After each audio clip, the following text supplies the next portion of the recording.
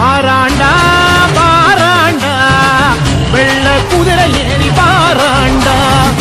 தீராத வீணையெல்லாம் தீர்க்கும் ஐயனாறு வாராண்டா அங்கார ரூபம் கொண்டு ஆட்சி செய்ய வராண்டா 3 வேளை பசி நீக்க முனியேற்ற வராண்டா சோல்லையாண்டவன் வாழ